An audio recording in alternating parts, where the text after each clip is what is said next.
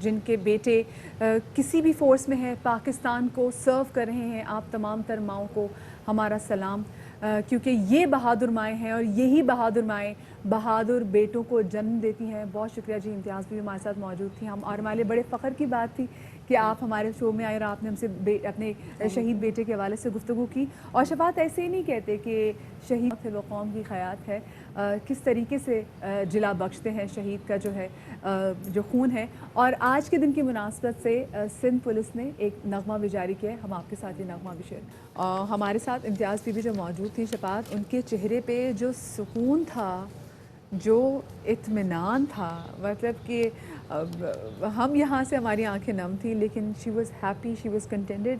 اور یہی وہ چیز تھی جن کا وہ ان کا اپنا خواب بھی تھا. اور ان کے چھوٹے بیٹے نے, وہ جیسے بات کری تھی نا کہ 5 بیٹے ہیں, چھوٹا بیٹا سب سے پہلے جو ہے وہ بازی لے گیا شہادت میں. کیا بات ہے جی. اور ان کا یہ بھی کہنا ہے کہ اپنے بیٹے کی اصلی بارات سے انہیں اس بارات کی یعنی جو شہادت پائی اس کی زیادہ خوشی ہے. شفاعت, اور یہ ایسا نہیں کہ جو لوگ شہید ہیں وہی چنے گئے, جو ان کی مائیں ہیں, جو ان کی فیملیز ہیں, وہ بھی اللہ پاک کی جانب سے چنی ہوئی فیملیز ہی ہیں جن پر یہ وقت آتا ہے. اور وہ کتنے بہادری سے لوگوں کو بتاتے ہیں کہ بھائی کتنے باعث فخر یہ بات ہے اور کتنا سکون ملتا ہے اللہ کی طرف سے جب آپ کے خاندان میں کوئی شہید ہوتا ہے. تو جناب سندھ پولیس اور پولیس تو خیر ماشاءاللہ پاکستان میں ہر صوبے کی ہی قربانیوں میں پیش ہے. اکثر خیبر پختونخوا کے حوالے سے بات کی جائے, 2006 سے پچھلے سال تک 1210 پولیس جوان جو ہے وہ شہید ہو چکے ہیں اور اپنی جانوں کا نذرانہ پیش کر چکے ہیں. دیکھیں فرسٹ لائن آف ڈیفنس ہے. ایگزیکٹلی, مطلب ہر ناکے پہ, چاہے آپ مسجد میں جائیں, چاہے آپ چرچ میں جائیں, چاہے امام بارگاہ میں جائیں, آپ اسکول میں جائیں, آپ کسی بھی بلڈنگ کے باہر جائیں, تو ہمیشہ سے دیکھتے ہیں کہ جو ہمارے پولیس کے جوان ہیں وہ تمام ناکوں پہ ہماری سیکیورٹی کو انشور کرنے کے لیے آلریڈی موجود ہوتے ہیں. اور ہمیں تو مطلب ہم تو بچ جاتے ہیں, لیکن جب اس طرح کی کوئی دہشت گردی کا کوئی واقعہ ہوتا ہے تو یہ پھر اپنی جانوں کا جو ہے نذرانہ پیش کرتے ہیں. خیر جی, ذرا آگے بڑھتے ہیں اور ذرا پولیٹیکل سیناریو پہ اس وقت جو ہلچل مچی ہے وہ بھی اب ڈسکس کرنا کافی زیادہ ضروری ہے, کیونکہ کافی دیر سے بات ہو رہی ہے جی آل پارٹیز کانفرنس کی. تو دیکھتے ہیں کہ آل پارٹیز کانفرنس کب ہوگی, اپوزیشن نے بھی آ کے مل بیٹھنا تھا.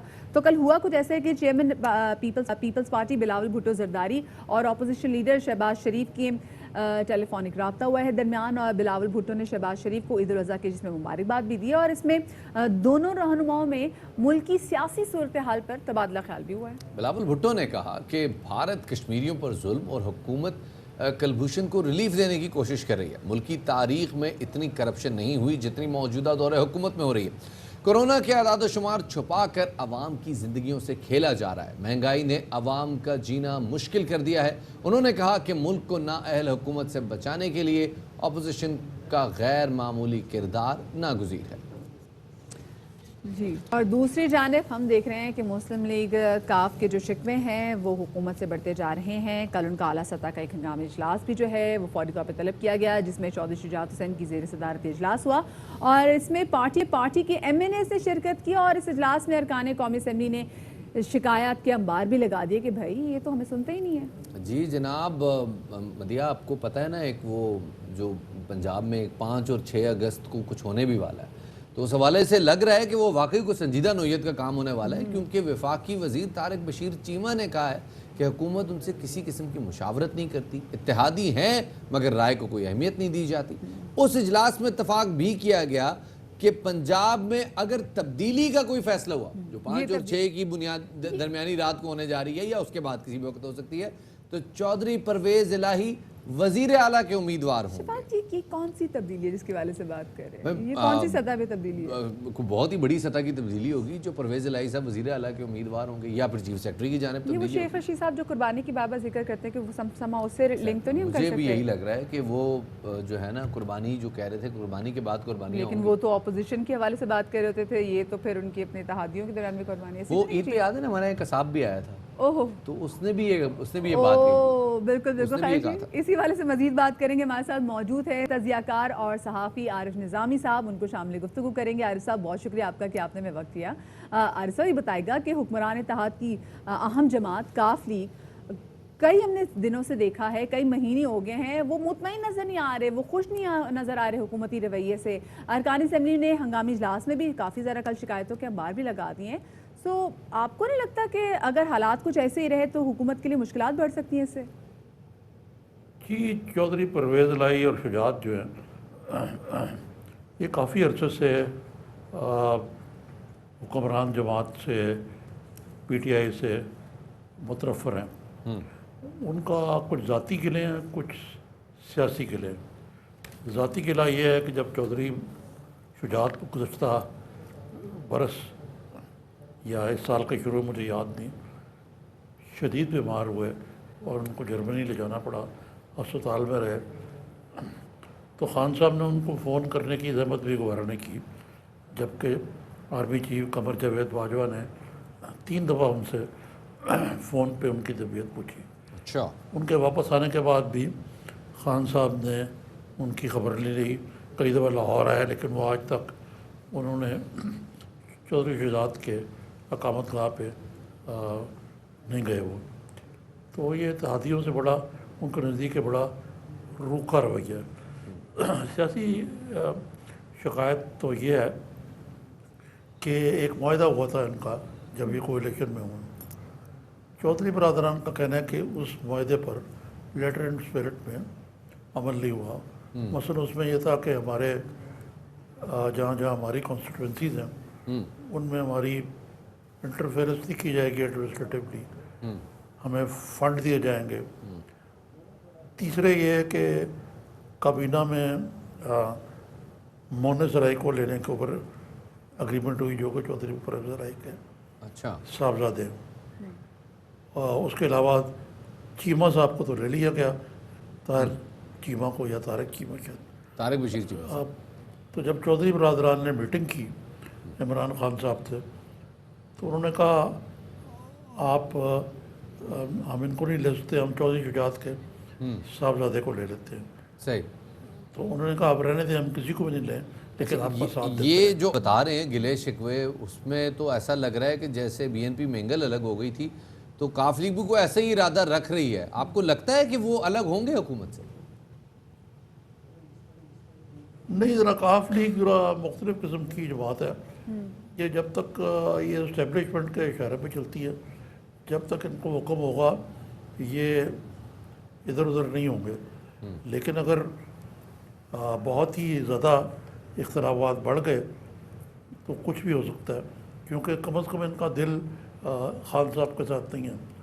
لیکن ان کا ایک سیاسی فیصلہ بھی ہے چودھری برادران کا، وہ یہ ہے کہ عثمان بزدار کی وہ حمایت کرتے رہیں گے، اور کیونکہ وہ یہ نہیں چاہتے کہ پنجاب سے کوئی قدور سیاسی شخصیت جو ہے وہ وزارت اعلیٰ کا منصب سنبھالے. اور چند روز قبل عید سے عین میرے خیال 2 روز پہلے چودھری شجاعت نے مجھے بلایا تھا لنچ پہ، تو انہوں نے مجھے صاف کہا تھا کہ جب تک بزدار کو سپورٹ ہم کرتے رہیں گے، لیکن اگر بزدار کو بدلنے کا موقع آیا تو پھر چودھری پرویز الہی کینڈیڈیٹ ہوں گے چیف منسٹرشپ کے، جس کا انہوں نے آج جو ان کی میٹنگ ہوئی جس میں مونس بھی تھے، ان کے بھائی بھی تھے، سالک بھی تھے، چودھری برادران بھی تھے، چیمہ صاحب بھی تھے. یہ باقاعدہ اس کا فارملی اعلان کر دیا. اس کا یہ مطلب ہے انہوں نے حکومت کو اور باقی جو اسٹیک ہولڈرز ہیں ان کو یہ بالکل کلیئر کر دیا ہے کہ چودھری صاحب ہی وزارت اولیاء کو امید. صحیح، بہت شکریہ جی. عارف نظامی صاحب ہمارے ساتھ موجود تھے. جیسے آپ نے بی این پی مینگل کے حوالے سے بات کی اور ان کا تو سین اور تھا، تو جو کاف لیگ ہے تو ان کے ذرا ڈائنامکس ہیں، وہ کسی اور طریقے سے ورک کرتے ہیں. لیکن شفاعت یہ ہم دیکھ رہے ہیں کہ جی حکومت کے اتحادی کافی عرصے سے ناراض ہے، چاہے وہ کراچی کو لے کے ایم کیو ایم بھی ہو تو وہ بھی کہتے ہیں کہ جی کراچی کی بہت ساری ایسی چیزیں جو بجٹ کے حوالے سے بھی جو بات کی گئی تھی تو وہ اس پہ بھی کام ایسج نہیں کیا گیا. اب کاف لیگ ہم دیکھ رہے ہیں کافی عرصے سے ناراض بھی ہے. یاد ہے جب پچھلی بار بھی ناراض ہوئے تھے مونس الہی نے کہا تھا کہ یا تو تمہیں خود دھکے دے کے نکالیں گے تو اونلی دین جب ہم حکومت کے اتحاد سے نکلیں گے، ورنہ نہیں نکلیں گے. اب کیا سین لگ رہا ہے آپ کو، مجھے بتائیں. مجھے لگتا ہے جی کاف لیگ بڑی سنجیدہ ہے اس وقت پنجاب کی گورنمنٹ میں اسٹیبلٹی رکھنے کے لیے، لیکن اگر کیونکہ پنجاب اگر ڈی اسٹیبلائز ہوتا ہے تو وہ امپیکٹ پھر پورے ملک کو دیکھنا پڑے گا اور خاص طور پہ مرکز کو. تو جناب مرکز میں صرف سیاسی ناراضگیاں ہی نہیں ہیں، کچھ اور معاملے بھی ہیں. آٹا مہنگا ہوا ہے اور آٹا مہنگا ہونے کا ذمہ دار وفاق نے سندھ کو قرار دے دیا ہے. وفاقی وزیر فخر امام نے کہا کہ کابینہ کی بار بار ہدایات کے باوجود سندھ گندم جاری نہیں کر رہا۔ ساتھ میں ان کا یہ بھی کہنا تھا کہ عام آدمی کو گندم اور آٹا صحیح نرخ پر نہیں مل رہا اور اس کی ذمہ دار سندھ حکومت ہے۔ سندھ کے پاس پچھلے سال کے مقابلے میں گندم کا ذخیرہ بہت زیادہ ہے۔ انہوں نے کیا کہا تھا آپ کو سنواتے ہیں۔ شفاعت، مسئلہ بھی یہ ہے کہ پنجاب میں جو آٹے کا بحران ہے یہ بدستور جاری ہے۔ مارکیٹس کا اگر آپ رخ کر لیں تو وہ جو سرکاری ریٹس والا آٹا ہے نا وہ تو بالکل مارکیٹ سے غائب ہو گیا ہے، اور آٹا بحران پر اسلام آباد میں وزیر اعظم عمران خان کی زیر صدارت اہم اجلاس بھی ہوا تھا۔ ویسے جی جناب، ہم نے 4 مہینے پہلے اس حوالے سے باقاعدہ سیگمنٹ کیا تھا جب یہ گندم رپورٹ آئی تھی کہ اب ایک اور بڑا بحران کھڑا ہونے جا رہا ہے، اور ویسا ہی ہو رہا ہے۔ جو اجلاس ہوا ہے وزیر اعظم عمران خان صاحب کی زیر صدارت، اس میں ملک بھر میں گندم کی دستیابی کی صورتحال کا جائزہ لیا گیا اور متعلقہ حکام نے وزیر اعظم کو ملک میں گندم کی قیمت اور دستیابی سے متعلق بریفنگ دی۔ دوسری جانب پنجاب کے سینئر وزیر کے مطابق صوبے کی ضروریات سے زیادہ گندم موجود ہے، مگر بڑا بھائی ہونے کے ناطے خیبر پختونخوا کی ضروریات پورا کرنا ضروری ہے۔ یہ شفاعت آپ نے دیکھا کہ 2 ڈیفرنٹ قسم کی چیزیں ہوگی کہ ایک تو سندھ نے جو آٹا رکھا ہوا ہے اس طرح سے آٹے کی قلت اس طرح سے بحران پیدا ہوا ہے، پھر دوسری جانب کہا جائے کیونکہ بڑے بھائی کی بھی ذمہ داریاں ادا کرنی ہے، پھر خیبر پختونخوا کی بھی ضروریات کو دیکھنی ہے۔ خیبر پختونخوا ریلائے کرتا ہے پنجاب کے آٹا انفلو پہ۔ ہمارے ساتھ اس وقت ہمارے نمائندے الماس خان موجود ہیں پنجاب کے سینئر وزیر عبدالعلیم خان صاحب کے ساتھ۔ جی الماس، بتائیے گا۔ جی ہاں، عید الفطر سے لے کے آج تک آٹے کے بحران پر قابو نہیں پایا جا سکا۔ آٹے کی قیمتیں مسلسل بڑھتی جا رہی ہیں۔ انہی سوالوں کا جواب لینے کے لیے ہم نے رابطہ کیا ہے سینئر منسٹر اور خوراک کا بھی ان کے پاس قلمدان ہے، عبدالعلیم خان صاحب کے پاس آئے ہیں ہم۔ سر، آٹے کا بحران ابھی تک حل نہیں ہو پا رہا، کیا وجہ ہے کہ غریب کی ایک بیسک ضرورت ہے آٹا، وہ بھی اسے 1380 روپے میں 25 کلو کا تھیلا مل رہا ہے یا 70 روپے کلو والا چکی والا آٹا مل رہا ہے؟ بسم اللہ الرحمن الرحیم۔ دیکھیں جی، پہلی بات تو یہ ہے کہ 860 روپے کے اوپر ہم نے اس بات کو یقینی بنایا ہوا ہے کہ 860 روپے کے اوپر دکاندار جو ہے وہ آٹا دے، اور یہ 20 کلو کا آٹا ہے۔ عوام کو تو اگر آٹا نہیں مل رہا تو وہ تو مجبوراً بیچارے لیں گے 1380 روپے والا تھیلا لیں گے یا وہ 70 روپے فی کلو والا آٹا لیں گے۔ فلور ملز جو ہیں وہ ہم سے سبسیڈائزڈ ریٹ پہ ویٹ لیتی ہیں، اور یہی تھیلا جو ہے وہ یہاں سے نکل کے KP کے چلا جاتا ہے، جہاں پہ وہ 860 کی بجائے 1160 پہ بکے یا 1200 پہ بکے، تو اس کے لیے ان کے پاس بہت ایک ہیوج مارجن ہے۔ جہاں سے آٹا KP جاتا ہے اور KP سے آگے بھی جاتا ہے، افغانستان بھی جاتا ہے، اس کے لیے آپ نے کیا کیا، آپ کی حکومت نے کیا کیا؟ آٹا جو ہے وہ پنجاب سے فریلی جو ہے KP پہ میں جانا جو ہے وہ ہمیں کانسٹیٹیوشن کے مطابق ہم اس کے پابند ہیں، تو میں اس پہ پابندی نہیں لگا سکتا۔ 2 دن پہلے جو ہے KP کے حکومت جو ہے اس نے بھی شروع کر دیا ہے سبسیڈائز ریٹ پہ ویٹ فراہم کرنا اپنی ملوں کو، تو اس کا فائدہ یہ ہوا کہ جو ڈفرنس ہے ہم اس کو ختم کرنا چاہتے تھے۔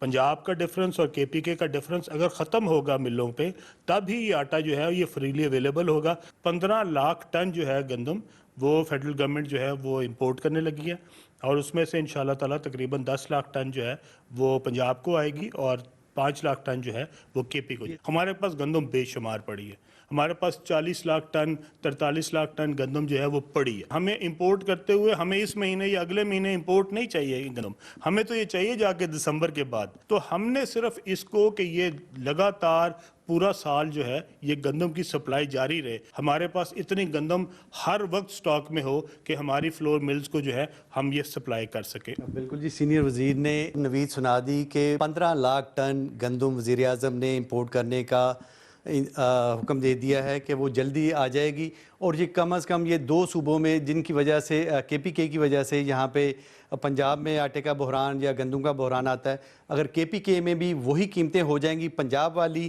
تو شاید یہ بحران بالکل آئندہ سال نہ ہو۔ جی بہت بہت شکریہ جی، الماس خان ہمیں اس حوالے سے بتا رہے تھے۔ اور اب یہاں ایک اہم خبر شیئر کرتے چلیں۔ وزیر خارجہ کی زیر صدارت 5 اگست یوم استحصال کشمیر کے حوالے سے ایک اجلاس ہوا ہے، جس میں معید یوسف سیکرٹری خارجہ، وفاقی وزیر سیکرٹری اطلاعات اور عسکری حکام شریک ہوئے ہیں۔ وزیر خارجہ نے دورہ LOC اور مظفر آباد کے حوالے سے شرکاء کو آگاہ کیا۔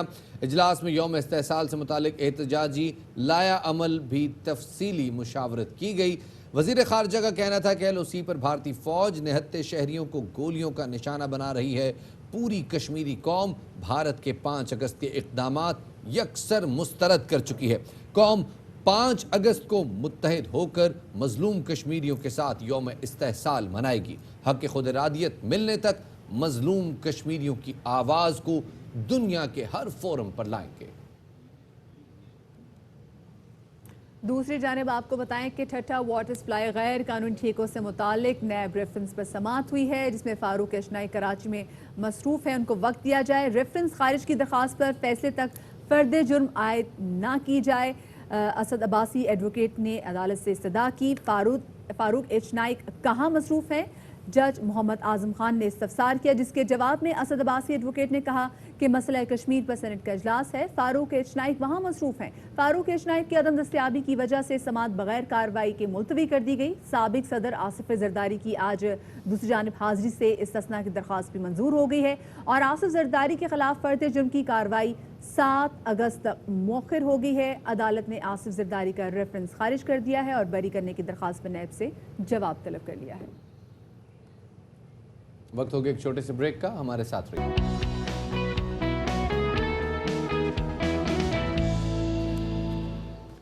بریک کے بعد خوش آمدید کہتے ہیں آپ کو باخبر سویرا میں۔ خواتین و حضرات، بس تھوڑا سا انتظار، کیونکہ ٹیسٹ سیریز ہے تیار اور پاکستانی شاہین ہے بے قرار۔ میدان میں اترنے کو اور مقابلہ ہوگا جناب انگلینڈ کی ٹیم سے، یعنی کل بدھ کو اولڈ ٹریفرڈ مانچسٹر میں بغیر تماشائیوں کے سیریز کا پہلا ٹیسٹ شروع ہو رہا ہے۔ بالکل جی، انگلینڈ ٹیم کی قیادت جو عروج کریں گے، جبکہ پاکستان کی ٹیم اظہر علی کی کپتانی میں میدان میں اترے گی۔ اور اس سے پہلے میزبان ٹیم نے ویسٹ انڈیز کو 3 ٹیسٹ میچز میں 1-2 کی صفر سے دیکھ سکتے کہ 2 میچز میں شفاعت کیا کہتے ہیں اس کو؟ جی، وہ 2-1 سے انہیں شکست دی، ہاں۔ اور نہ صرف اس میں بلکہ ون ڈے سیریز بھی وہ تقریباً لے جا چکے ہیں، بلکہ انفیکٹ لے گئے ہیں۔ اور میزبان ٹیم کے حوصلے بڑے بلند ہیں، ان کے سارے جتنے کی پلیئرز ہیں سب نے پرفارم کیا ہے۔ ایک میچ میں انہوں نے اسٹوارٹ براڈ کو بٹھایا، اگلے میچ میں اس بندے نے میچ پلٹا دیا۔ اور پاکستانی شاہینوں کو ڈرنا چاہیے یا نہیں ڈرنا چاہیے؟ انشاءاللہ آپ دیکھے گا شفاعت، ہمارے شاہین بھی بڑے زبردست ثابت ہوں گے، آپ نے ایزی نہیں لینا ان کو۔ میں کون ہوتا ہوں جی اس پہ تبصرہ کرنے والا؟ ہمارے ساتھ تنویر بھائی موجود ہیں، ان سے پوچھ لیتے ہیں کہ تنویر بھائی السلام علیکم، پہلے تو بہت بہت عید مبارک۔ اور ذرا مجھے بتائیے گا پاکستانی ٹیم کا جو اس وقت سکواڈ ہے اور جو انگلینڈ کی پرفارمنس ہے، دونوں کا ایک اگر کمپیریٹیو انالیسس کیا جائے، کس کا پلڑا بھاری دیکھ رہے ہیں آپ؟ دیکھیں، سب سے پہلے تو آپ دونوں کو عید مبارک۔ اور انگلینڈ کا سب کو پتا ہے کہ جب انگلینڈ کی ٹیم جب اپنی کنٹری میں کھیلتی ہے تو بڑی زبردست ہوتی ہے۔ اور آپ نے دیکھا جس طرح ویسٹ انڈیز سے وہ پہلا میچ ہاری، اس کے بعد جس طرح انہوں نے باؤنس بیک کیا، دونوں ٹیسٹ میچ انہوں نے جیتے اور جیسی پرفارمنس دی ہے۔ تو پہلا ٹیسٹ میچ جب ویسٹ انڈیز جیتا تھا تو میرے خیال ہے سوشل میڈیا میں پہلے سے ہی پاکستان کو جتوا دیا تھا لوگوں نے کہ اب تو پاکستان آرام سے ہرا دے گا انگلینڈ کی ٹیم کو۔ لیکن میرا خیال ہے پاکستان کے اوپر پریشر تو ہوگا، اسپیشلی جو بیٹنگ لائن اپ ہے ان کے اوپر پریشر بہت زیادہ ہوگا۔ ہماری بالنگ تو بڑا اچھا پرفارم کرتی ہے، اب لیٹس بھی دیکھتے ہیں کہ بیٹنگ کیسا پرفارم کرتی ہے۔ اب یونس خان کے آنے سے ہمیں فرق نظر آئے گا یا نہیں آئے گا، یہ دیکھنا ہے اب ہمیں۔ اچھا، اس میں بہت سارے جو ہم دیکھ سکتے ہیں جو ہمارے پلیئرز ہیں وہ پہلی بار بھی کھیلنے جا رہے ہیں، تو دیکھیں ہمارا کانفیڈنس لیول چاہے ہمارے پرانے پلیئرز بھی ہو نا، سم ہم دیکھتے ہیں کہ کہیں نہ کہیں کانفیڈنس لیول ان کا نا ڈگمگا جاتا ہے۔ تو ابھی آپ ٹیم کا مورال اور کانفیڈنس لیول کیسے دیکھتے ہیں؟ دیکھیں، جو جتنے وہاں پریکٹس میچز ہوئے ہیں اس میں اس بارے میں جو کوچز اسٹاف نے جس طریقے سے باتیں کی ہیں یا کپتان نے باتیں کی ہیں، سب نے بولا ہے کہ پلیئرز بڑے شیپ میں ہیں، پلیئرز بڑے اچھی پرفارمنس دے رہے ہیں۔ اب یہ شیپ کا ایک نیا لفظ شروع ہو گیا ہے، ہر بندہ یہ شیپ کا لفظ استعمال کر رہا ہے، پتہ نہیں اب دیکھیں گے کہ یہ شیپ میں آئے تو کیسی یہ پرفارمنس دیتے ہیں۔ اچھا، شیپ سے یاد آیا، ویسٹ انڈیز کا ایک پلیئر آیا تھا جی کارن وال، اور اس نے اپنے بھاری بھرکم جسے کے ساتھ صرف سپن کے ذریعے انگلینڈ کو ٹف ٹائم دیا۔ ہم نے دیکھا جو روٹ نہیں کھیل سکے ان کو کمپلیٹلی، بہت زیادہ ڈیسیو ہوئے ہیں۔ تو آپ کو لگتا ہے پاکستان کا سپن اٹیک جو ہے وہ کوئی کنفیوژن کریٹ کر سکتا ہے انگلینڈ کے لیے؟ دیکھیں ایک یہ بھی چیزیں سننے کو مل رہی ہیں کہ دو اسپنر کھیلیں گے. مجھے سمجھ نہیں آتی دو اسپنر کیوں کھیلیں گے. یاسر شاہ ہے آپ کے پاس, اس کے بعد شاداب کا بھی سن رہے ہیں, وہ بھی لیگ اسپنر ہے. ویسٹ انگلینڈ کے اندر دیکھیں میں نہیں سمجھتا کہ دو اسپنر کی اتنی ضرورت ہوتی. یا تو شاداب بہت ہی کوئی ہائی کلاس قسم کا لیگ اسپنر ہو تو آپ اس کو کھلائیں بھی, لیکن وہ T20 کا بالر ہے. تنویر دو وکٹ کیپر بھی تو موجود ہے نا. نہیں دو وکٹ کیپر ہے, لیکن دو کھیل تو نہیں سکتے نا. ایک اگر انفٹ ہو گیا تو پھر اس کے بعد وہ کھیلے گا. فاسٹ بولرز کے ساتھ ہی جانا چاہیے. میں سہیل خان کے ساتھ جاننا چاہتا ہوں, کیونکہ سہیل خان جو وہاں پرفارمنس دے رہا ہے تو اس کو چانس ملنا چاہیے, لیکن مجھے لگ نہیں رہا کہ سہیل خان کو یہ لوگ کھلائیں گے. حارث رؤف نے ٹیم کو جوائن کیا ہے, اسکواڈ میں اب وہ شامل ہو گئے ہیں. آپ کو لگتا ہے کہ آسٹریلیا کی طرح حارث رؤف انگلینڈ میں بھی گیم چینجر ہوں گے؟ دیکھیں ہو سکتے ہیں جس طرح اس نے بگ بیش میں بالنگ کی تھی, لیکن اگر آپ اس کے T20 کے میچز دیکھیں پاکستان میں جو اس نے کھیلے تھے اس پہ ویسی پرفارمنس اس نے نہیں دی ہے جیسی بگ بیش میں دی تھی. شاید اس کو کنڈیشن چاہیے ہوتی ہے, یا وہ سمجھتا ہے کہ پچ اگر تیز ہو تو اس میں پھر اس کا دل کرتا ہے گیند تیز کرنے کا, اس سے شاید اس کا پیس بڑھ جاتا ہے. اب انگلینڈ کی کنڈیشن میں اگر وہ بالنگ کرتا ہے یا وہ کھیلتا ہے تو پھر اس میں دیکھتے ہیں وہ کیسی بالنگ کرتا ہے, لیکن T20 کا وہ اچھا بولر. تنو بھائی سیم لیا بال نے اور سیم کی کے حساب سے کنڈیشنز بھی ہیں, لیکن ریورس کا کوئی چانس نظر نہیں آ رہا. آپ کو کیا لگتا ہے کون سا بالر جو ہے وہ سٹرگل کرے گا اور کون سا بالر کنڈیشنز کا فائدہ اٹھائے گا پاکستانی اسکواڈ میں؟ جو جتنے بھی بالرز ہیں, چاہے آپ پاکستان کی طرف سے لے لیں یا آپ انگلینڈ کی طرف سے لے لیں, انگلینڈ میں ایک بال سوئنگ بھی ہوتا ہے, سیم بھی ہوتا ہے. ریورس سوئنگ کا اتنا زیادہ پرابلم نہیں ہے کیونکہ وہاں پہ ویدر ایسا ہوتا ہے, آپ کا نیا بال بھی سوئنگ ہوتا ہے. ایک سیمی نیو بال جس کو ہم کہتے ہیں, نئے سے تھوڑا سا پرانا ہوتا ہے اس کو سیمی نیو کہتے ہیں, وہ بھی وہاں پہ سوئنگ سیم سب کچھ ہوتا ہے. تو پرانے بال پہ جانا بھی نہیں چاہیے اور ود ان اسٹمپ بال رکھیں, بیسک پہ رہیں, زبردستی زور لگانے کی کوشش نہ کریں. اگر آپ بیٹسمین کو جتنا زیادہ کھلائیں گے, آگے بال کریں گے, اتنے زیادہ چانسز ہیں وکٹس لینے کے. صحیح. اچھا جی تنویر یہ کہے گا کہ ہم دیکھ رہے ہیں کہ انگلینڈ جو ہے یہ بڑا کوئی کمال زبردست قسم کا پرفارم کر رہا ہے. ہم نے دیکھا کہ کس طریقے سے ویسٹ انڈیز کے بعد انہوں نے آئرش ٹیم کو بھی کس طریقے سے ڈیفیٹ کیا. تو اب جو پاکستانی جو ٹیم وہاں پر موجود ہے ان کو کون کون سی ان کی اسٹریٹجیز ہیں جو ان کو ریڈ کر لینی چاہیے؟ دیکھیں آئرش کے اگینسٹ جو انہوں نے ون ڈے کھیلے اس میچز کی تو خیر میں نہیں سمجھتا اتنی زیادہ وہ تھی, کیونکہ آئرش کی ٹیم اتنی تگڑی ٹیم نہیں ہے. ہاں ویسٹ انڈیز کی بھی پاکستان کے مقابلے میں اتنی اچھی ٹیم نہیں ہے.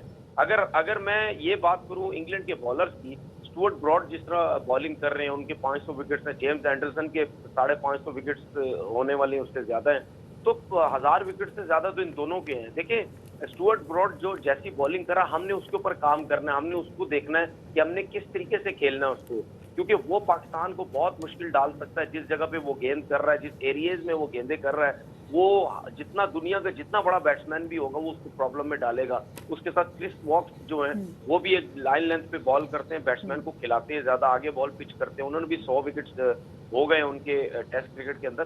تو مطلب یعنی ان کے پاس ایکسپیرینس بہت ہے. اگر میں ان کے 2 سے 3 بالر کا ایکسپیرینس دیکھوں, ان کے 1200-1300 وکٹس بنتے ہیں, اور ہمارے جتنے بھی 29 لڑکوں میں 10-12 فاسٹ بولرز ہیں, ان کے 300 وکٹس بھی نہیں بنتے. تو ایکسپیرینس دیکھیں آپ, ایکسپیرینس کا بڑا فرق ہے, اور ڈیفینیٹلی انگلینڈ کے بالنگ سائڈ کا پلڑا بڑا بھاری ہے. بہت شکریہ جی, تنت صاحب ہمارے ساتھ موجود تھے, اور اسپن اٹیک پہ بھی جو ہے نا ان کے اعتراضات ہیں. ویسے یہ بات ہے 2 لیگ اسپنرز کی گنجائش ویسے بھی نہیں بنتی, اگر آف بریک کے ساتھ لیگ بریک کا کمبینیشن ہو تو پھر بھی بات سمجھ میں آتی ہے, لیکن کیا ہوگا اسکواڈ کیا ہوگا یہ تو پتہ چلے گا کل. بالکل جی, اور اللہ کرے پاکستانی ٹیم جو اچھا پرفارم کرے. شفاعت اتنے عرصے بعد مطلب کرکٹ کی خوشیاں مل رہی ہیں, لوگ کرکٹ کے میدان بھی ویران پڑ گئے تھے, لوگ تو بھی تماشائی تو باہر بھی نہیں رہے. اور لیکن میں آپ کو بتاؤں ساتھ میں مانچسٹر میں کیونکہ دوبارہ سے لاک ڈاؤن بھی ہو گیا ہوا ہے, تو یہ لیکن لاک ڈاؤن جو ہے یہ سمو افیکٹ نہیں کرے گی یہ جو میچز پاکستان کے وہاں پہ ہونے جا رہے ہیں. اب ذرا آگے بڑھتے ہیں, اور آپ نے کل دیکھا ہوگا جناب 11th آور میں پروگرام میں وسیم مدامی صاحب کے عید کے تیسرے دن کے شو میں آئے ہر دل عزیز, آپ کا وہ ڈرامہ سیریز جو آپ لوگوں نے بڑے انجوائے کی ہے. ارطغرل کے بیسٹ فرینڈ جناب کائی ٹرائب کے رسپا سالار تھے ترگت جنگیز اس میں آئے شو میں, اور بڑی دلچسپ باتیں کی شفاعت انہوں نے چنگیز جوشکن نے, انہوں نے تو یہ بھی کہہ دیا کہ جی آنے والے سیزن میں عثمان میں, ہاں انہوں نے کہا میں آنے والے عثمان والے سیزن میں نہیں ہوں, ایک سیزن تو آ گیا ہے لیکن آگے بھی آنے کا چانس ہے. انہوں نے کیا بات کی آپ کو سنواتے ہیں. بریک کے بعد خوش آمدید کہتے ہیں آپ کو. باخبر سویرا میں ایک اہم خبر آپ کے ساتھ شیئر کرتے چلیں. سپریم کورٹ میں سانحہ آرمی پبلک سکول از خود نوٹس کی سماعت ہوئی ہے, جس میں چیف جسٹس آف پاکستان کا کہنا تھا کہ سانحہ APS کے ذمہ داران کو